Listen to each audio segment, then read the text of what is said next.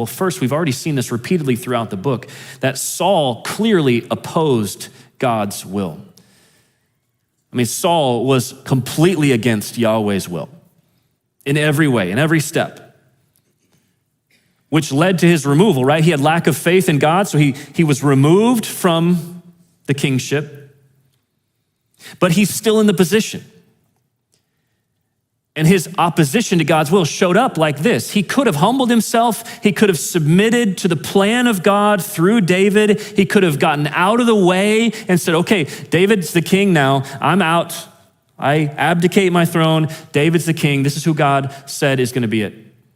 He could have done that, and he would have saved himself and saved his people a whole lot of pain. But he never did. In fact, the rest of the book is the story of Saul trying to remove David from the equation. That's his whole focus. Instead of being the king, leading his people towards Yahweh, he was just trying to eliminate David. He never submitted to God's plan, never submitted to God's will because it went against his selfish heart. That's Saul, but Jonathan, on the other hand, he is faithfully seeking Yahweh's will.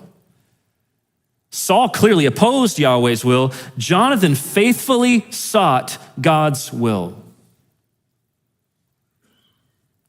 He was even following God by supporting and following David above and beyond his own father, who wasn't seeking God's will. He said, I'm following God's plan here. Now, here's the interesting thing. This is where the tension comes. He never abandons his father. He even goes back to his father and dies with his father in battle. Yet, his heart was with David, right?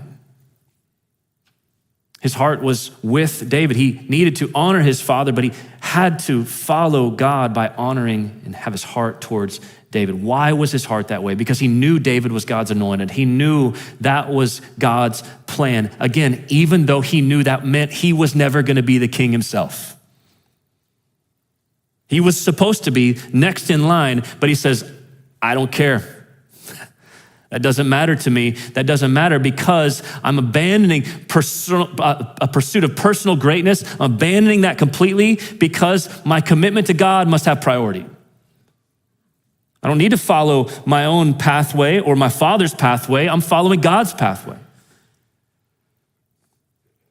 And so in that, even his abandonment of personal greatness, in that we actually see Jonathan's greatness, right? Because his willingness to count it all as loss for the sake of obedience to Yahweh, he abandoned it because he knew that was priority over anything else in his life. What a contrast. Saul, Jonathan, how each responded to the Lord here. This is what it means.